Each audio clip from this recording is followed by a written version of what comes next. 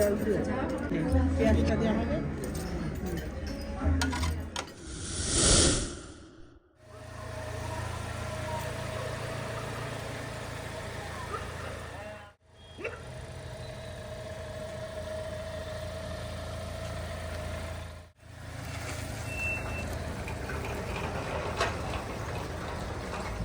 Hello friends, welcome back to my new blog. আশা করি তোমরা সকলে ভালো আছো আর আমরাও খুব ভালো আছি। তা আজকে আমরা যাচ্ছি কোথায় না, যাচ্ছি নদিয়ার সবচেয়ে বড় রেস্টুরেন্টে। আর ওখানে কি করছি না করছি সমস্তটাই তোমাদের সাথে শেয়ার করছি। আমাদের সাথে থাকো, তাহলেই বুঝতে পারবে। ব্লগটা ভীষণ ইন্টারেস্টিং হতে চলেছে।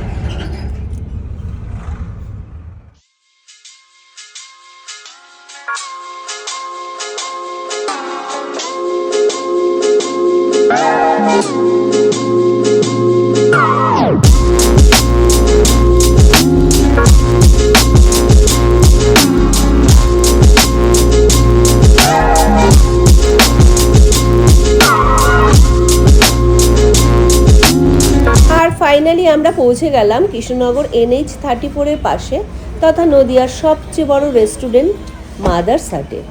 তারপর গাড়ি থেকে নেমেই আমরা ভিতরে প্রবেশ করতে না করতেই আমি তো একেবারে মুগ্ধ হয়ে গেলাম। এত সুন্দর পরিবেশ সত্যি ভাবা যায় না। পরিবার নিয়ে একান্তে সময় কাটানোর একেবারে উপযোগী পরিবেশ। মাসিরা তো এর আগে বহুবার এসেছে, কিন্তু আমাদের এই প্রথমবার আসা। চারিদিকটা সবাই মিলে ঘুরে দেখছিলাম, খুব সুন্দর লাগছিল। ফুলের গাছ, ঝর্ণা, আরও অনেক কিছু। তারপর তো আমরা ঢুকে পড়লাম মেইন রেস্টুরেন্টে। আর ভেতরটা এত বড় জায়গা, কিন্তু মনের মতন কোনো টেবিল ফাঁকা পাচ্ছিলাম না।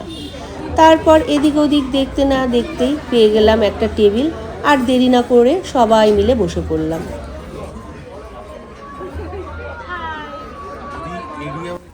আর তোমরা দেখতেই পাচ্ছ এখানে কোনো টেবিলই কিন্তু ফাঁকা নেই।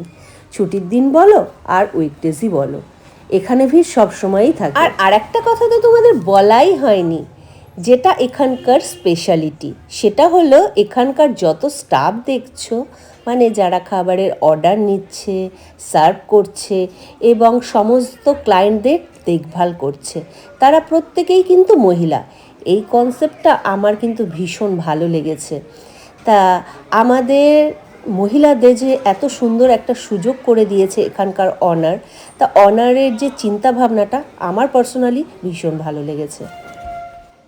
আমি আর মাসি বসে নিজেদের মধ্যে একটু গল্প করছিলাম, আর আমরা এক জায়গায় হলে তো আর কথাই নেই। যাই হোক, আর ওদিকে সৌম্য রূপককে বলল, চলো রূপকদা, এখানে আরও দুটো সেকশন রয়েছে, তোমাকে দেখিয়ে আনি। আসলে বন্ধুরা, তোমাদের তো বলাই হয়নি, এখানে রেস্টুরেন্টে 3টে আলাদা আলাদা সেকশন রয়েছে।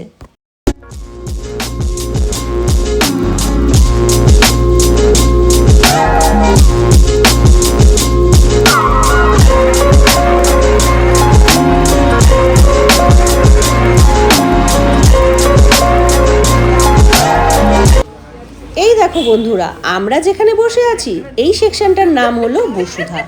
এখানকার কনসেপ্টটাই ছিল অন্যরকম, মানে একটু গ্রাম্য পরিবেশের অনুভূতি। মাটির দেওয়াল, তার সাথে সুন্দর সুন্দর আলো দিয়ে সাজানো, তার সঙ্গে ডেকোরেশনগুলো ছিল অনবদ্য, মানে মনোমুগ্ধকর। নিজেদের মধ্যে গল্প করতে করতে ভুলেই গিয়েছিলাম আমরা কি পারপাসে এসছি এখানে। তারপর হঠাৎ করে মনে পড়লো আমরা তো ডিনার করতে এসছি। তা সেই মতন মেনু কার্ডটা নিয়েই ভাই জিজ্ঞেস করলো, দিদি তোমরা কি খাবে বলো, সেই মতনই অর্ডার করব। আমি যেহেতু বড়, দায়িত্বটা ওর উপরেই চাপিয়ে দিলাম। আমি বললাম, ভাই তোর যেটা ভালো লাগে, তোর যেটা পছন্দ সেটাই অর্ডার কর। তারপর দেখে শুনে মামা আর ভাগ্নে মিলে এগুলো অর্ডার করে দিল।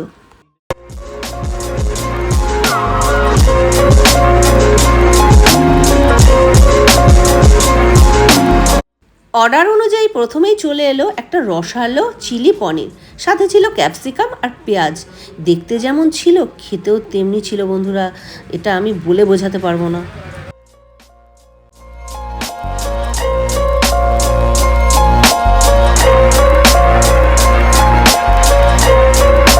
পনিরটা ছিল এতটাই সফট যে কাঁটা চামচ দিয়ে কেটে যখন মুখে তুললাম, জাস্ট মাখনের মতন মুখে মিলিয়ে গেল।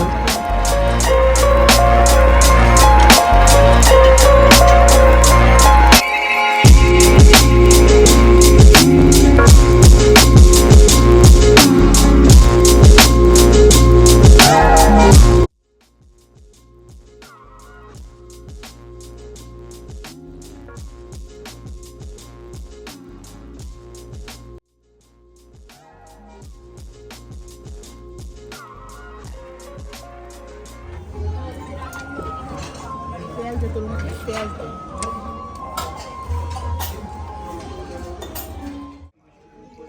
আরে বাবা, কথায় কথায় বলতেই তো ভুলে গেলাম যে মেনুতে কি কি ছিল।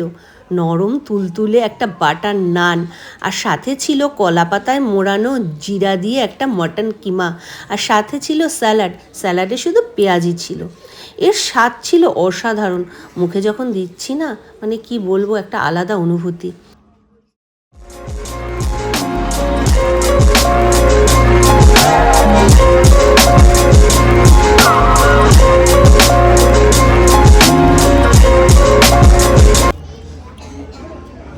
তারপর নিয়েছিলাম ভেজ পোলাও, তার সাথে ছিল মটন কষা।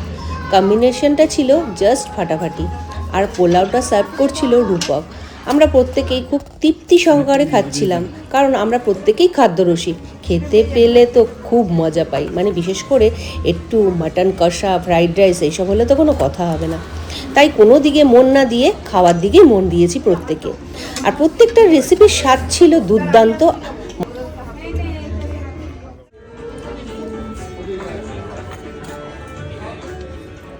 খাওয়া দাওয়া তো কমপ্লিট, আর এখন একটু মৌরি আর মিষ্টি নিয়ে নিয়েছি। মৌরি খেতে পার্সোনালি তো আমি ভীষণ পছন্দ করি। তারপর সমস্ত কাজবাজ সেরে, মানে খাওয়া দাওয়ার পর্ব সেরে আমরা বাইরেটা চলে এলাম। আর বাইরেটা দেখো বন্ধুরা, কত সুন্দর ফুলের গাছ দিয়ে সাজিয়েছে, আর সাথে ঝর্ণাও একটা রয়েছে। তা ওখানে দাঁড়িয়ে কিছু সেলফি তুললাম। সেলফি তোলার পর ওই মানে রেস্টুরেন্টের সংলগ্নেই কিছু হ্যান্ডমেড জুয়েলারি নিয়ে একজন বসেছিল, সেটা দেখবার জন্য এগিয়ে গেলাম। কারণ মেয়েরা তো জানোই, এই সমস্ত জুয়েলারি হলে তাদের চোখ আগে কাড়ে। কিনুক আর না কিনুক, দেখতে তাদের হবেই। আর আমি তো কিনতেও পছন্দ করি, পড়তেও পছন্দ করি, দেখতেও পছন্দ করি। তাই খানিক দাঁড়িয়ে দেখছিলাম। কিন্তু আমাদের যেহেতু খাওয়া দাওয়াটা শেষ করতে অনেকেই রাত্রির হয়ে গিয়েছিল, তারাই ওরা গোছগাছ করছিল, মানে বন্ধ করবে বলে। আর খুব সুন্দর সুন্দর ওখানে জুয়েলারি ছিল, মানে সবকটাই মনে হচ্ছিল নিয়ে নিই। কিন্তু পরে ভাবলাম এত জুয়েলারি নিয়ে কি করব, বাড়িতে অনেকগুলোই রয়ে গেছে, তাই পরা হয় না। বেকার বেকার কিনে আর লাভ নেই। তাই তোমাদেরও একটু দেখাচ্ছিলাম কালেকশানগুলো। দেখো, কানের দুলের কালেকশানগুলো কিন্তু খুব সুন্দর ছিল। ঝুমকো ছিল, ছোট ছোট কানের টপগুলো ছিল, গলার হার, বিভিন্ন রকমের হ্যান্ডমেড যে জুয়েলারিগুলো হয়। তা যাই হোক, ওই সমস্ত দেখে থেকে, আর ওদিকে দেখো এদের জামা কাপড়ের বোধহয় একটা স্টল বসেছিল, সেটা গোছগাছ চলছে।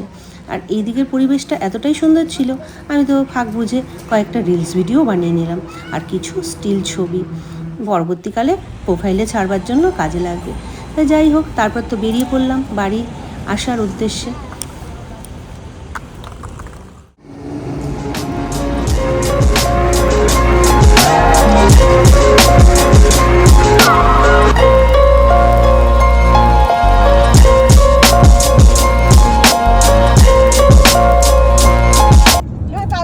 কারণ 700 সিট আমরা যখন ঢুকলাম, মোটামুটি সব কটাই বুক। 700 সবসময় না, 700 তোমার 350 হচ্ছে অল টাইম, আর অনুষ্ঠানের সময় 700।